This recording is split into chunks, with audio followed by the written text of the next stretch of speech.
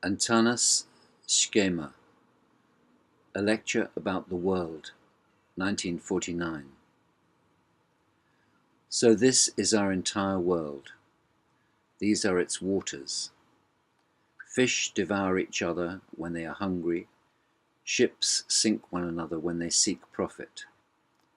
Sometimes these waters are beautiful, especially with a setting sun and white seagulls over violet waves, and a girl sitting on the seashore and singing about her beloved who will row up to her tomorrow in a sharp-nosed boat with fluttering sails.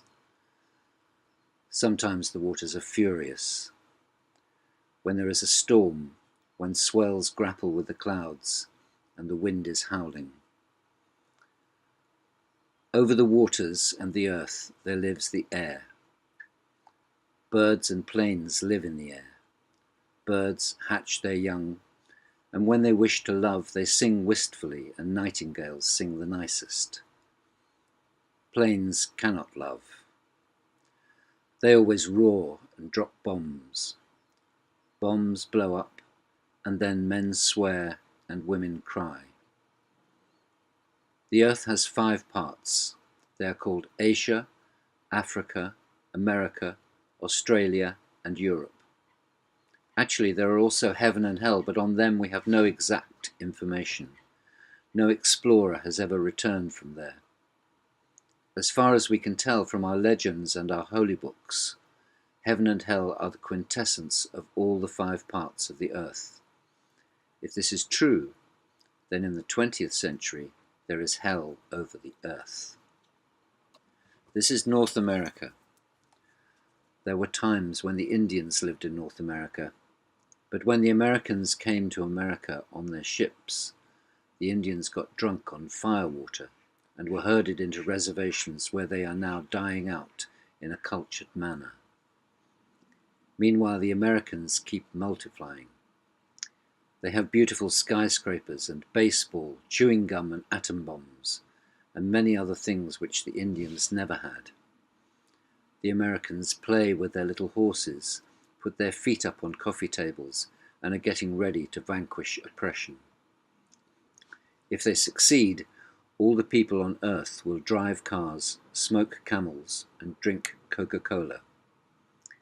Exiles are anxious to get to America, but they find it rather difficult. The Jews, however, get to America easily.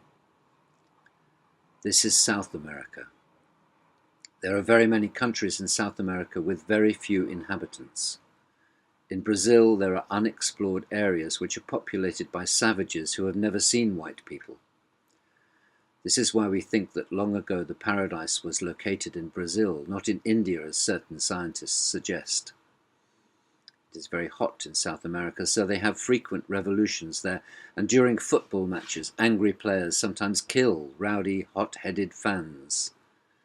Exiles are being brought to Venezuela together with their families, but very few wish to go there because of the adverse climate, and because of dead dogs composing on the streets.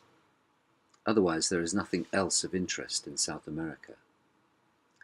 This is Africa. Negroes live in Africa. Their skin is black, and often their souls are light. Africa breeds predatory beasts for our zoos and displays pyramids to our tourists. The most remarkable tourists were Napoleon and the German general Rommel. Rommel never saw the pyramids, however, he saw Sicily. Rommel was lucky. He did not get to see Nuremberg either. Africa does not accept exiles. It has plenty Negroes of its own. This is Australia. Australia accepts exiles because its aborigines and other natives are almost extinct. Australian rivers are losing water and people start losing their teeth after they turn 16. This is why dental technicians and ginger ale salesmen are doing the best in Australia. Everything is topsy-turvy there. It is hot in North Australia, and in South Australia it is cold. Young girls boldly propose to men. Plants are red and communists are rare.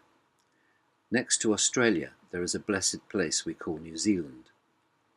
We know as much about it as we do about Old Zealand, and the location of Old Zealand is not marked on any map.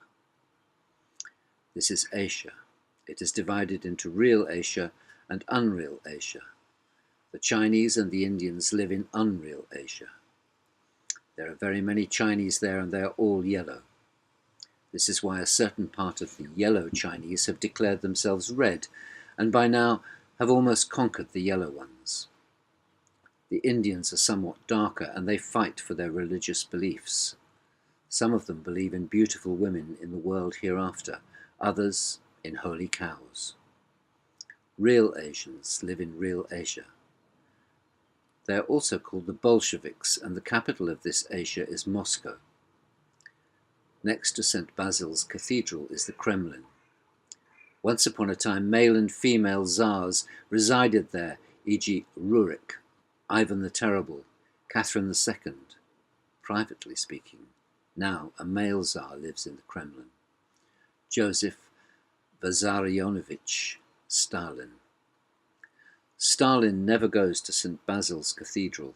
He smokes his pipe and spits on the whole world. And the whole world just licks it up. Stalin has established the NKVD. The NKVD sings about the sun, which is Stalin, and shoots people with pistols in the back of their heads. If the Bolsheviks ever managed to impoverish the whole world, only moss would grow on Earth, like on Mars. Mars is a red star shining in the sky. There are no people there. Meanwhile, Asia has a lot of people. They dig canals, toil in factories, and spend their free time resting in resorts. Their best-known resort is Siberia. Exiles go to Siberia of their own free will. Some people in other parts of the world desire Bolshevism. This is one more proof that humanity has not made that much progress since the times of the Great Flood. Now this is Europe. Once upon a time, Europe was inhabited by the Europeans.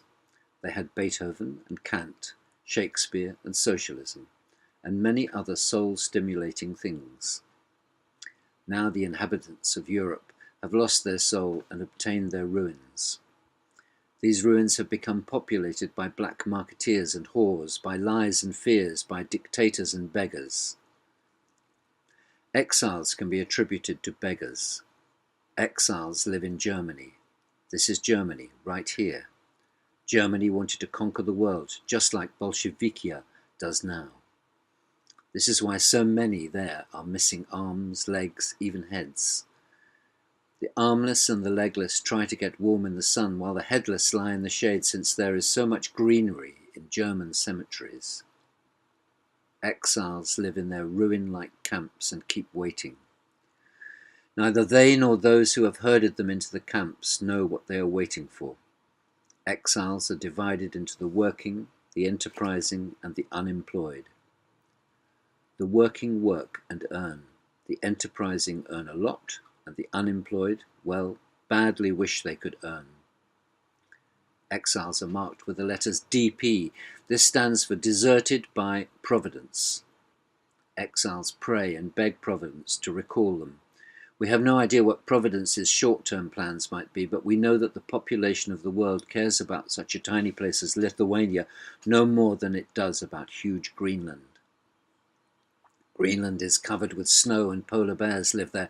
Lithuania is covered with blood and red bears live in it. Earth belongs to the solar system. The solar system belongs to the universe. The universe belongs to... Here, alas, my knowledge ends. This is it. I'm done with my lecture. Thank you. I'm going to read that again.